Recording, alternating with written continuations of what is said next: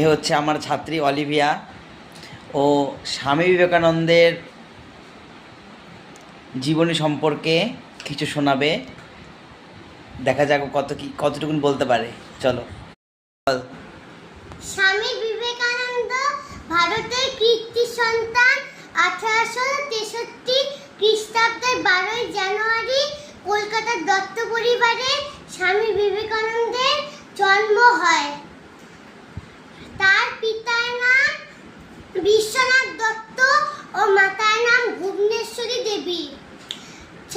বিবেকানন্দের আসল নাম নরেন্দ্রনাথ দত্ত, ডাকনাম বিলে। পরবর্তীকালে ঠাকুর রামকৃষ্ণ পরমহংসদেবের শিষ্যত্ব গ্রহণ করবার পর স্বামী বিবেকানন্দ নাম হয়। বাহ, ভেরি গুড, খুব ভালো বলেছিস।